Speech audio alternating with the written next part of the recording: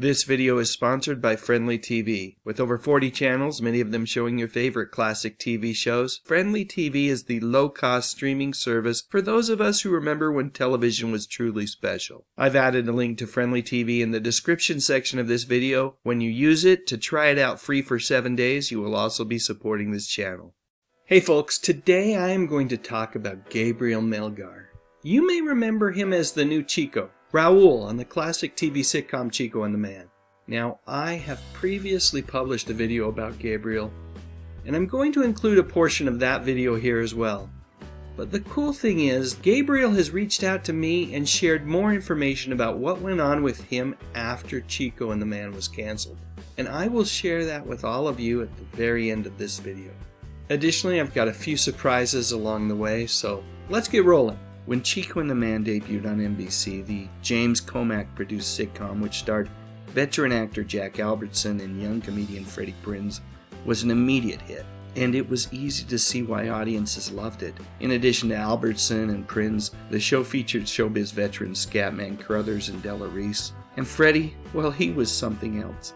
On the show, Chico was charming, witty, and the perfect foil for Jack Albertson's curmudgeonly Ed, a widower who is lonely and bitter and not the least bit tolerant about all of the changes taking place in his East LA neighborhood. Sadly, while the show was still at its peak of popularity, Freddie Prinze took his own life. Despite his meteoric rise to fame and fortune, he had been struggling with depression for years. News of Freddie's death came as a shock to fans worldwide who admired the comedian's on-screen charisma and charm. It just didn't make sense. Initially, Comack and other key decision makers thought about canceling the show. It was hard for everyone to imagine going on without that program's brightest light. Instead, however, a decision was made to finish the season by explaining that Chico had gone to visit his father in Mexico. And that is exactly how the final 3 episodes of the show's 3rd season played out without Freddie as part of the cast.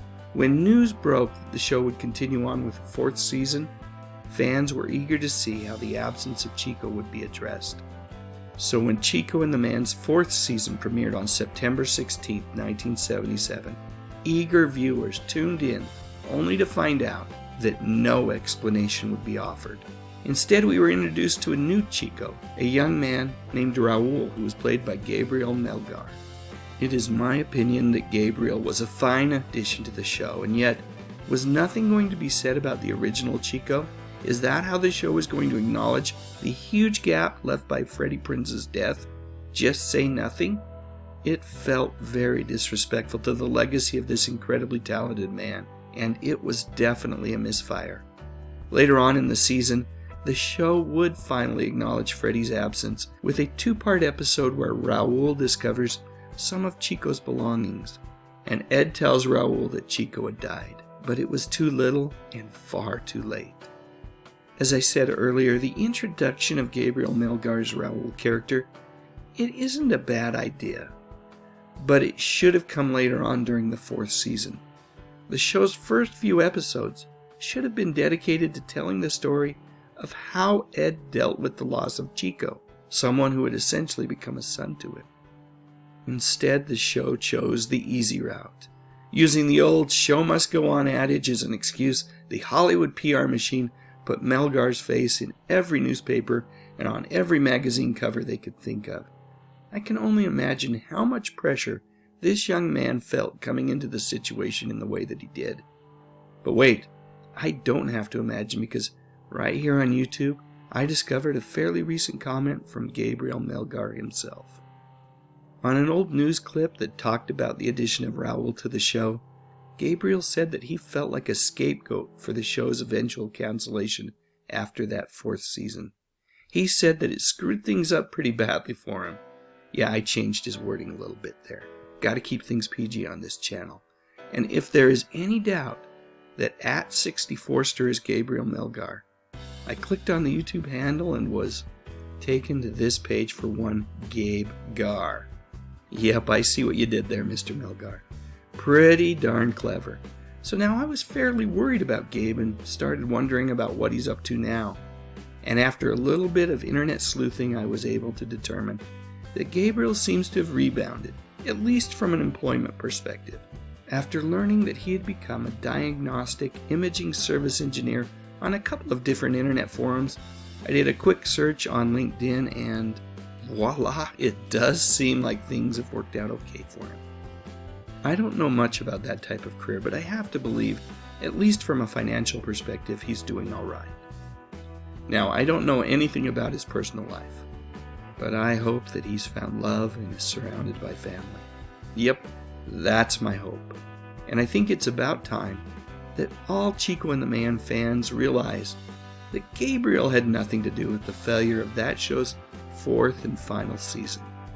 Nope, that was the fault of the show's producers, James Comack and his colleagues, who made a terrible decision about how to proceed after Freddie's passing. Okay, so here is the update. Gabriel sent me this message via Facebook not all that long ago. Let me read it to you. He says, "Hello, Mr. Sundstrom, and thank you for clarifying to Freddie's fans that I am not to blame for Comack's decisions.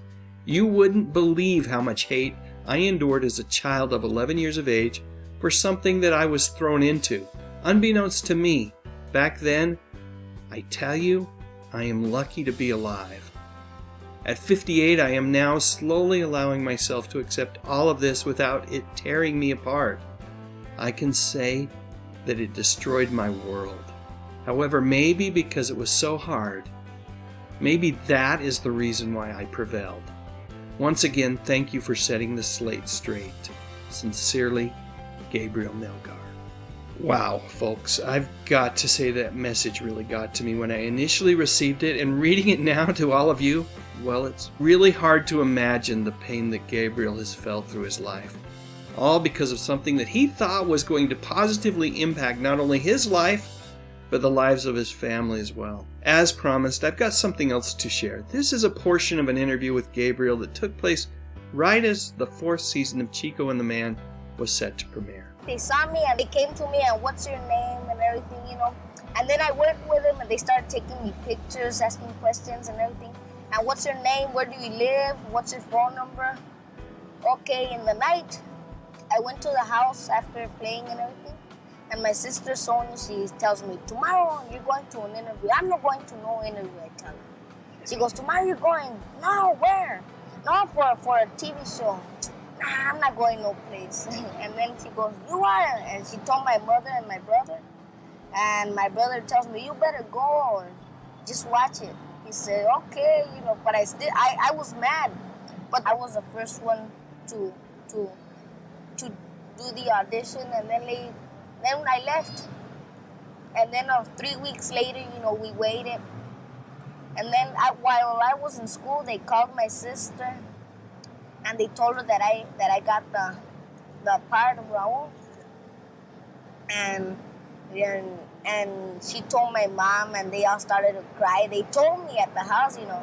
So then when I came out of school, my brother went to pick me up, and then they took me to the house. They were cars and everything, and I went inside. And then when I went inside, yeah, and everything, you know. And I said, "What's this?"